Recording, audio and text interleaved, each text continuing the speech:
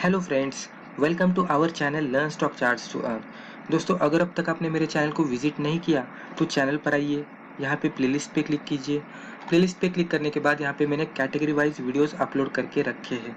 Playlist का नाम देखकर भी आपको पता लग जाएगा कि वो रिस्पेक्टिव प्लेलिस्ट में किस तरह के वीडियोस है।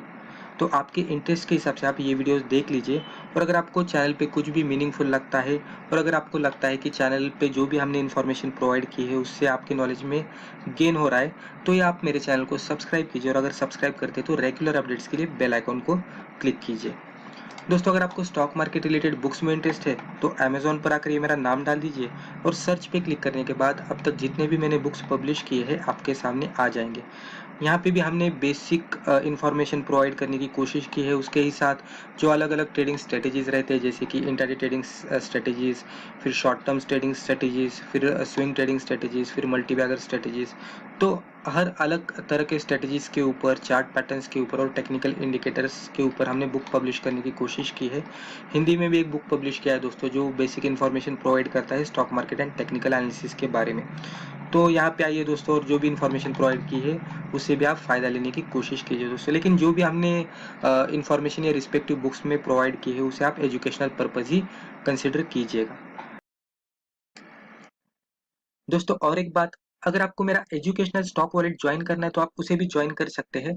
स्टॉक वॉलेट में मैं हर वीकेंड में मेरी जो भी स्टॉक के ऊपर की स्टडी है आपके साथ शेयर करते रहता हूँ।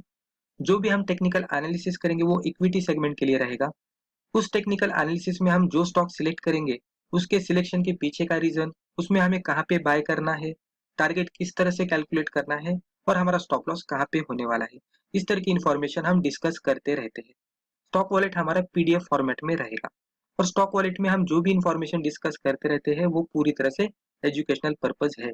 दोस्तों, अगर आपको फर्दर क्वेरीज रहेंगे तो आप नीचे मैंने मेरा व्हाट्सएप नंबर दिया है, आप वहाँ पे कांटेक्ट कर सकते हैं।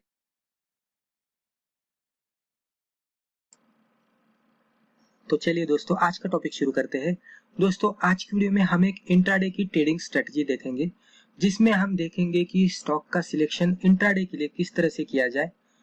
इस तरह से हम स्टॉक का सिलेक्शन करेंगे कि अगले दिन में अगर हमें ट्रेडिंग करनी हो तो हम आज के दिन में ही स्टॉक का सिलेक्शन करेंगे, यानी कि हम स्टॉक का सिलेक्शन वन डे बिफोर करेंगे। स्टॉक का सिलेक्शन करने के बाद अगले दिन में ट्रेडिंग करने के लिए अलग अलग तरीके रहते हैं, अलग अलग स्ट्रेटेजीज रहते हैं। लेकिन आज की वीडियो में हम जो भी एक स्ट्रेटेजी देखने वाले हैं उस स्ट्रेटेजी में हम पिवट पॉइंट का इस्तेमाल करने वाले हैं। तो पिवट पॉइंट का इस्तेमाल सही तरीके से किस तरह से हम कर सकते हैं वो भी इंफॉर्मेशन देखेंगे, राइट। तो धीरे धीरे हम देखने की कोशिश करेंगे कि stock selection one day before किस तरह से करना है और अगले दिन में ट्रेडिंग करते समय पिवट पॉइंट का इस्तेमाल किस तरह से करना है। यहाँ पे हम विथ एग्जांपल देखेंगे, यानी कि आज के दिन में हम जो भी स्टॉक का एनालिसिस करेंगे वो अगले दिन के ट्रेडिंग के लिए एप्लीकेबल रहेगा। तो आप ये वीडियो अच्छे से पूरा देख लीजिए।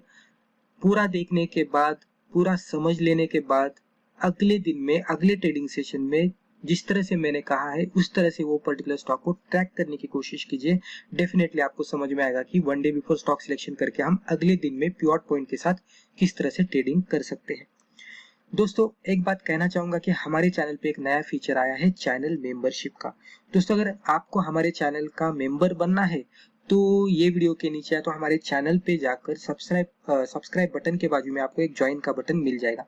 उस पर क्लिक करने के बाद, मंथली पेमेंट करने के बाद आप हमारे चैनल के मेंबर बन सकते हैं।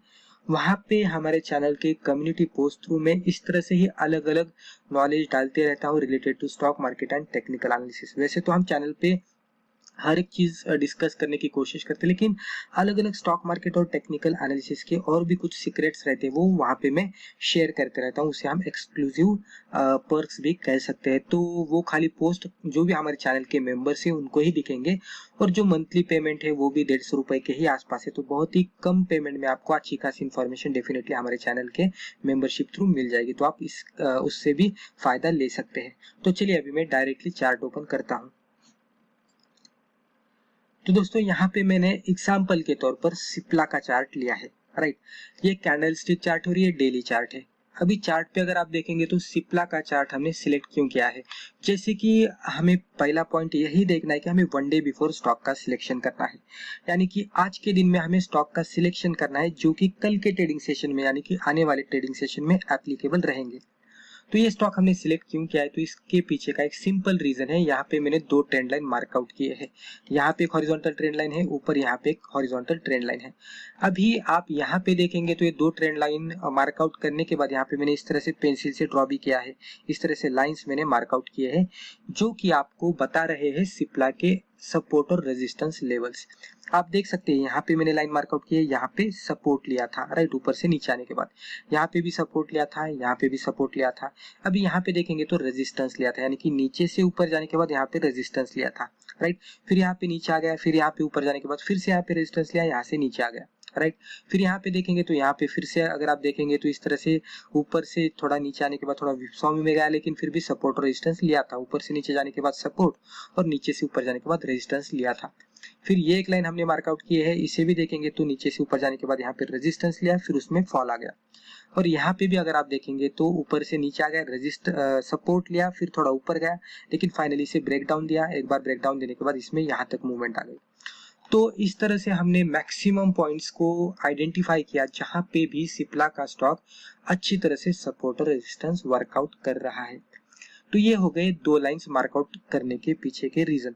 अभी यहाँ पे सिप्ला जिस तरह से ट्रेड कर रहा है, अगर आप यहाँ पे देखेंगे तो एग्जैक्टली हमने जो भी ऊपर वाली रेजिस्टेंस लाइन मार्कआउट की है, यहाँ पे देखेंगे तो आपको यहाँ पे बहुत सारे ऐसे कैंडल्स मिलेंगे कि ये लाइन को बहुत ही अच्छी तरह से रेजिस्टेंस वर्कआउट कर रहे हैं, उसे फॉलो कर रहे हैं, यानी कि बहुत ही स्ट्रॉन्ग रेजिस्टेंस ये सिप्ला के लिए वर्कआउट हो रहा है, क्योंकि बहुत सारे कैंडल्स हमें यही रीजन में मिल गए।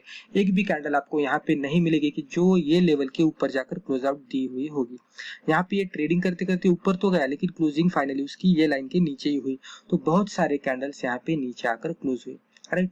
तो एक हमें इंडिकेशन दे रहे हैं कि अभी इसमें डाउनवर्ड साइड की मूवमेंट आ सकती है, क्योंकि ये इसको एज ए रेजिस्टेंस ले रहा है। जब भी जैसे कि आप यहाँ पे देखेंगे पिछला चार्ट, तो जैसे कि यहाँ पे रेजिस्टेंस लिया, इसमें फॉल आ गया यहाँ तक। आप पीछे भी देख सकते हैं यहाँ पे, जैसे कि यहाँ पे रेजिस्टेंस लिया, फॉल आ गया यहाँ तक, यहाँ पे भी रेजिस्टेंस लिया, फॉल आ गया यहाँ तक।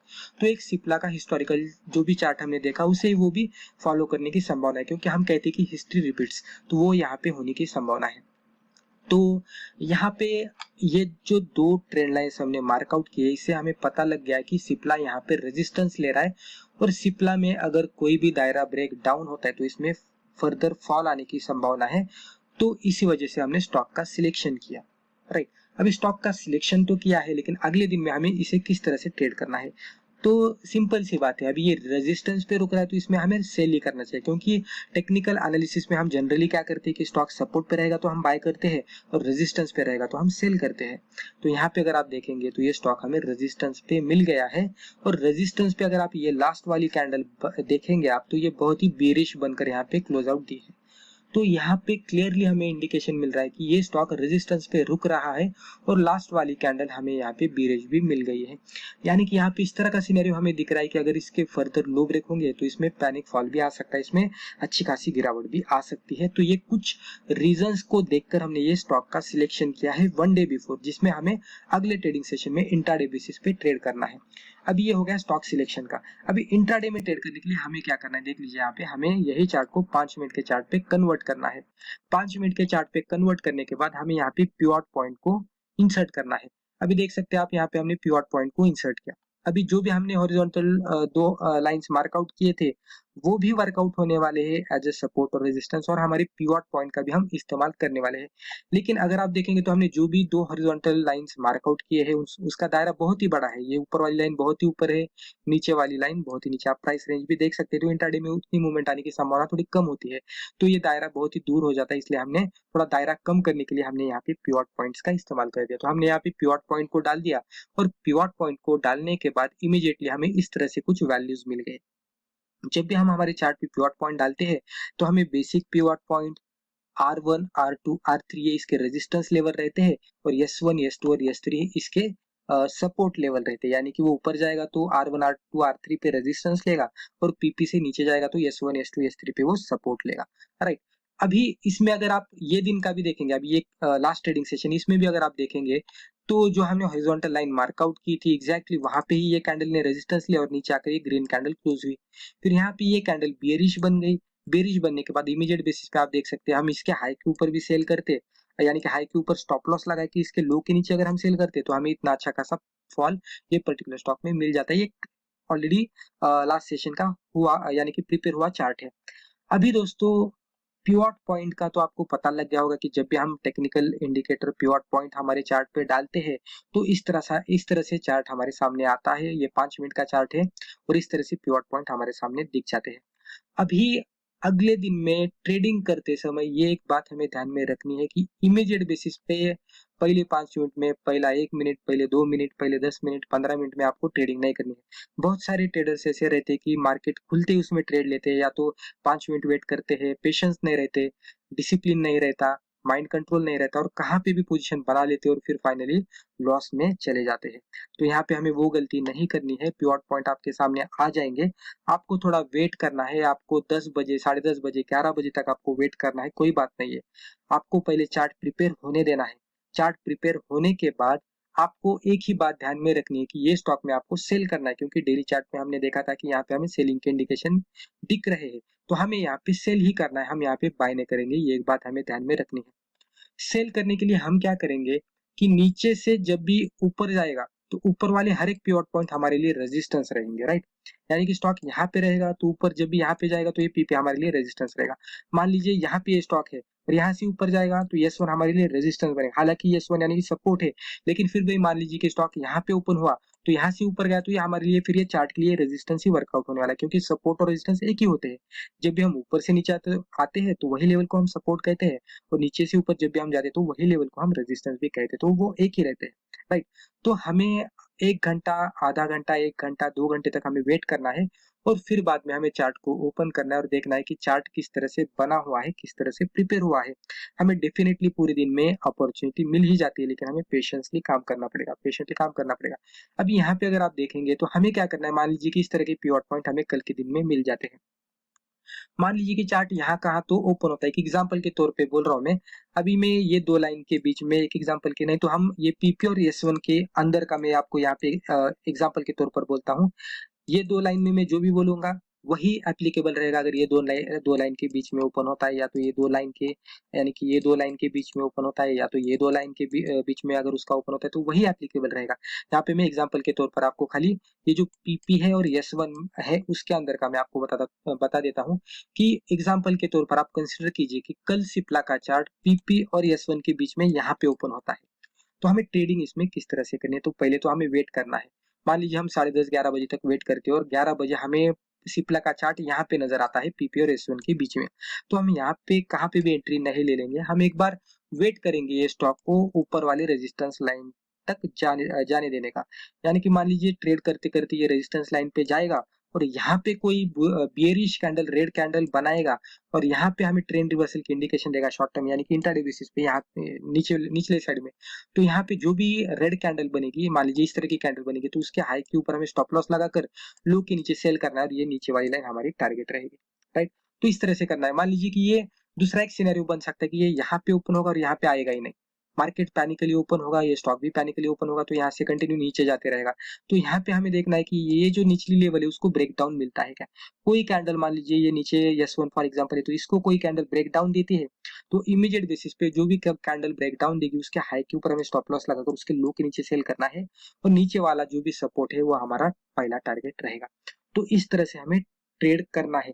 अभी आप थोड़ा इसे ट्रैक कीजिएगा, देख लीजिए सिप्ला का 5 मिनट का चार्ट ओपन कीजिएगा, कहाँ पे ओपन होता है देख लीजिएगा, इमीडिएट बेसिस पे ट्रेड मत लीजिएगा। यहाँ पे 10:30, 11 बजे उसे देख लीजिएगा कि कौन से पिवट पॉइंट के अंदर वो ट्रेड कर रहा है। एक तो वो ऊपर जाकर रेजिस्टेंस लेता है या तो निचले लाइन को ब्रेक डाउन देता है, वो देखना है। रेजिस्टेंस यहाँ पे लेगा, बेरिश कैंडल बनेगा तो जो भी रेड कैंडल बनेगी उसके लो के नीचे सेल करना है, और यहाँ पे निचला सपोर्ट को ब्रेक डाउन देगा तो उसके लो के नीचे हमें सेल करना है, और जो भी कैंडल रहेगी उसके हाई के ऊपर हमें स्टॉप लॉस लगाना है। और उसे आप देख लीजिए और फिर आपको पता लग जाएगा कि पिवट पॉइंट का सही इस्तेमाल किस तरह से किया जाता है, स्टॉक में भी मूवमेंट किस तरह से आती है। हम क्या करते हैं कि निफ्टी का कोई भी स्टॉक ब्लाइंडली लेते हैं, पिवट पॉइंट पे वर्कआउट करने की कोशिश करते हैं और हम बोलते हैं कि वर्कआउट नहीं होता। उस तरह से नहीं करना चाहिए, हमें देखना चाहिए वन डे बिफोर स्टॉक का ट्रेंड क्या है, मोमेंटम किस डायरेक्शन में है और हमें उसी डायरेक्शन में ट्रेड लेना है। खाली पिवट पॉइंट का इस्तेमाल हमें सपोर्ट रेजिस्टेंस को ढूंढने के लिए करना है बस। जहां पे भी हमें सिग्नल मिलेगा वहां पे हमें ट्रेड करना है। तो इस तरह से आप सही इस्तेमाल पिवट पॉइंट का कर सकते हैं और अच्छी तरह से पिवट पॉइंट वर्कआउट भी होते हैं। अगर आप अच्छी तरह से कल के दिन में अगले ट्रेडिंग सेशन में स्टॉक को ट्रैक करेंगे तो आपको समझ में भी आएगा कि पिवट पॉइंट कितने अच्छी तरह से वर्कआउट होते हैं। लेकिन पिवट पॉइंट को वर्कआउट करने के लिए हमें वन डे बिफोर थोड़ा स्टॉक का सिलेक्शन भी करना पड़ता है। अभी लोग अलग अलग तरीके से अपने अपने ट्रेडिंग स्ट्रेटेजीज के हिसाब से लोग करते हैं। अभी मैं मेरे हिसाब से आपको बताने की कोशिश कर रहा हूँ कि मेरे हिसाब से मुझे लगता है कि अगर वन डे बिफोर स्टॉक का सिलेक्शन किया जाए, ट्रेंड का आइडेंटिफाई किया जाए और फिर पिवट पॉइंट का सहारा लेकर सपोर्ट रेजिस्टेंस को ढूंढकर सही जगह पे ट्रेड लिया जाए तो डेफिनेटली रिस्क रिवॉर्ड के साथ हमें बहुत ही अच्छा खासा प्रॉफिट मिल सकता है। तो दोस्तों मुझे लगता है रिस्पेक्टिव वीडियो में हमने जो भी ट्रेडिंग स्ट्रेटेजी देखी जो कि इंट्राडे के लिए एप्लीकेबल है using pivot point and using stock selection one day before, तो ये आपको अच्छी तरह से समझ में आई होगी। तो दोस्तों मुझे लगता है ये रिस्पेक्टिव वीडियो में हमने जो भी डिस्कस किया इससे आपको जरूर फायदा हुआ होगा। तो दोस्तों एज ए डिस्क्लेमर, इस चैनल पे हम जो भी डिस्कस करते रहते हैं वो पूरी तरह से एजुकेशनल पर्पज है, तो आप इसे एजुकेशनल पर्पज ही ले लीजिएगा। इसको देखकर आप प्लीज ट्रेड मत कीजिएगा। तो दोस्तों आज के लिए बस इतना ही। Thank you.